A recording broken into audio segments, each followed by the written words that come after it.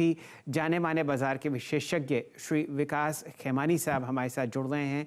आप हैं founder कार्लेनियन capital के। नमस्कार खेमानी साहब, बहुत बहुत स्वागत आपका CNBC आवाज़ पर। सन 2022 की आपको शुभकामनाएं और मैं उम्मीद करता हूं जितना मुनाफा आपके निवेशकों ने सन 2021 में कमाया है उससे ज़्यादा आप कमा के देंगे सन 2022 में। बताइए कहां ध्यान और रुझान है, किस तरीके से आप इस प्री बजट रैली को पढ़ रहे हैं? बहुत बहुत धन्यवाद आपके शो पे मुझे बुलाने के लिए। आपको और आपके सभी दर्शकों को 2022 की बहुत बहुत शुभकामनाएं। सबका वर्ष मंगलमय हो और प्रॉस्परस हो। जहां तक बात 2022 की है, आई थिंक हमने अभी शुरुआत ही की है। सो 2022 में एक तो सबसे पहले हमें ये ध्यान रखना चाहिए कि ये 2021 जैसा नहीं होगा, क्योंकि 2021 एक बहुत ही शानदार साल रहा है और 2020 में भी जो पेंडेमिक के बाद में रिकवरी बहुत अच्छी रही है। सो और 2021 के अंदर काफी कुछ इंटरेस्ट रेट्स नीचे रहे, लिक्विडिटी इजी रही, उसका सबका फायदा हमको बाजारों में मिला।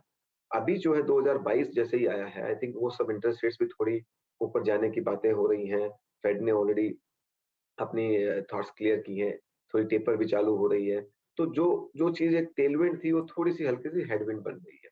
पर उसका मतलब ये नहीं है कि इंडियन इकोनॉमी कोई बहुत बड़ी तकलीफ में आ जाएगी। I think good good part ये है कि जो Indian economic corporate earning cycle है वो अभी चालू हुई है, शुरुआत ही हुई है। तो एक जो अपना corporate earning to GDP ratio है, नीचे में 1.8% चले गया था, अभी शायद सवा दो ढाई के पास होगा। ये एक अगले 5 साल में 7-8% तक जाने की क्षमता रखता है। तो अगर जैसे जैसे कॉर्पोरेट अर्निंग की साइकिल पिकअप होगी, डिलीवरी होगी, आई थिंक मार्केट्स की डिलीवरी और रिटर्न्स अच्छे आएंगे। पर ये क्या होता है कि एक मैक्रो का थोड़ा के साथ जो इंटरट्वाइन होता है, उसकी वजह से ऐसा हो सकता है कि एक साल में कुछ ज्यादा है, एक साल में कुछ कम रिटर्न आए। तो आप जैसे कि लंबे नजर से देखेंगे तो काफी कुछ ठीक है, पर 22 के अंदर एक्सपेक्टेशन थोड़ी कम रखनी चाहिए। और जब मैं ये कहता हूं तो मैं ये नहीं कहता हूं कि कोई नेगेटिव रिटर्न्स आएंगे, पर अगर 21 के अंदर हमें 27%, 28% रिटर्न देखने को मिले, तो हो सकता है इसके अंदर 14-15% जितने ही रिटर्न देखने को मिलेंगे। उस तरह की जो भी एक अपने आप में बहुत अच्छे रिटर्न्स हैं, उसके इस तरह की एक एक्सपेक्टेशन मेरा मानना है कि 2022 में रखनी चाहिए। मानी साहब, आप जैसे जैसे चर्चा कर रहे हैं और अपनी उम्मीदें बताते हुए दिख रहे हैं स्क्रीन पर, बाजार में फ्रेश इंट्राडे हाइज लगते हुए दिख ही रहे हैं। विकास जी, आप निवेशकों के बिहाफ पर पैसा डिप्लॉय करते हैं बाजार में और बहुचर्चित है आपकी स्टॉक पिकिंग एबिलिटी, खासकर मिड कैप्स में। अब बताइए क्या रणनीति आपने अपनाई है सन 2022 में? क्या इंडिविजुअल स्टॉक्स पर खासा रुझान या कोई सेक्टोरल कॉल आपने लॉन्ग साइड पर ली है? जैसे कि मानना कि ये कोई एक को नहीं होता, कॉम्बिनेशन दोनों का होता है। आप भले एक सेक्टोरल कॉल लेते हैं तो भी आपको स्टॉक स्पेसिफिक रिसर्च तो करनी पड़ती है। आपको स्टॉक पिकिंग का कभी कोई आंसर नहीं होता है। हम लोग जो हमेशा बॉटम ऑफ स्टॉक पिकिंग में ही बिलीव करते हैं। हाँ, आप ये जरूर देखते हैं कि पर्टिकुलर एक सेक्टर में कैसा रुझान रहा है। जैसा कि हमने 1-1.5 साल पहले आईटी के शेयर पे बहुत बड़ा हमारा पॉजिटिव व्यू था, तो हमने आईटी पे पॉजिटिव लेके उसमें जाके फिर इंडिविजुअल स्टॉक पिकिंग की और उससे हमारे रिटर्न्स काफी अच्छे रहे हैं। तो उसी तरह से मुझे लगता है इस बार हमने एक ऐसा नोट भी लिखा है कि ब्रॉडली आप 4 सेक्टर देखिए, उसके अंदर आप फिर जाके अपनी स्टॉक पिकिंग कर सकते हैं, जो ये साल के लिहाज से अच्छे कर सकते हैं। तो एक पहला सेक्टर तो मेरा मानना है कि बैंकिंग और फाइनेंशियल सर्विसेज के जो शेयर्स हैं और जो सेक्टर है, वो एक अच्छा करेगा। क्योंकि ये सेक्टर में एक तो पिछले 1-1.5 साल से काफी ज्यादा कुछ हुआ नहीं है। दूसरी बात ये है कि minorly rising interest rate environment में क्रेडिट डज वेल। सो इनके मार्जिन एक्सपेंशन होते हैं, प्लस अभी तक क्रेडिट की ग्रोथ जो थी वो म्यूटेड थी, अभी पिकअप होनी चालू हो रही है। तो जब ये दोनों का हम कॉम्बिनेशन देखेंगे तो बैंकिंग के शेयर्स काफी अच्छा कार्य डिलीवरी कर सकते हैं ये साल में, और the entire basket of BFSI देखना चाहिए। दूसरा सेक्टर आईटी के अंदर हमें लगता है डिमांड एनवायरनमेंट बहुत ही रोबस्ट है और वो कंटिन्यू रहेगा। तो उसके अंदर भी सब कंपनीज ने अपनी अपनी गाइडेंस दी और अभी जो नतीजे आएंगे उसमें और सुनने को मिलेगी कि ये अगले 2-3-4 साल में काफी रोबस्ट एनवायरनमेंट रहने वाला है। तो हमें लगता है वो एक सेक्टर हमेशा इन्वेस्टेड रहना चाहिए। और ये सेक्टर एक थोड़ा हेज भी है, अगर कल को इंटरनेशनल एनवायरनमेंट खराब होता है, रूपी वीक होता है, तो एक पोर्टफोलियो में एक हेज भी बना रहता है। तीसरा जो है वो हमारा ये मानना है कि real estate as a sector will do well, because I think काफी समय से नौकरियां क्रिएट, इंडिया में नौकरी क्रिएट करने का माहौल अच्छा हो रहा है और एक जो ओवरहैंग था सेक्टर के 10 साल से वो खत्म हो रहा है। तो डिमांड अच्छा हो रहा है, बिकवाली अच्छी हो रही है और इन्वेंट्री लेवल्स काफ़ी रिड्यूस हो चुके हैं।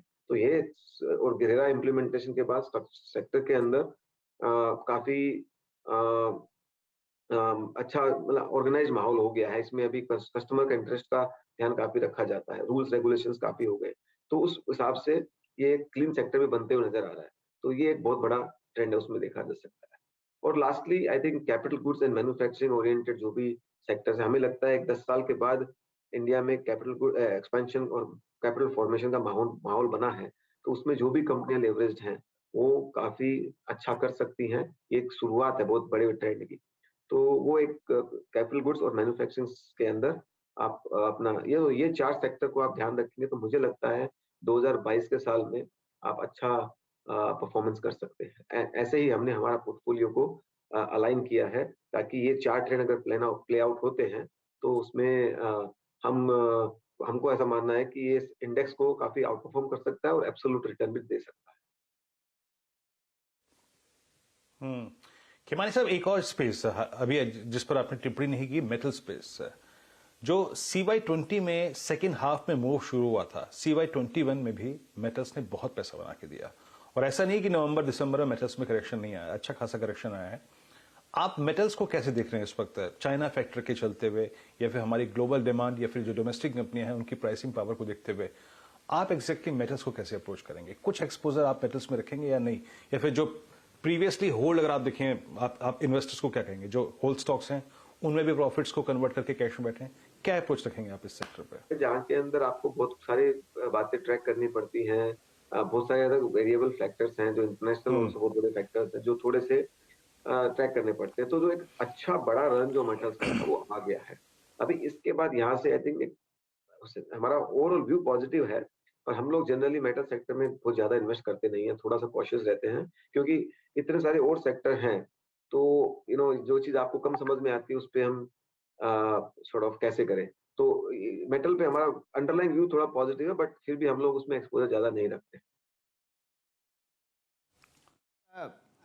आप ओवरवेट अपने पोर्टफोलियो में कहाँ हैं? कौन से सेक्टर्स में आपने बहुतायत में पैसा लगाया है?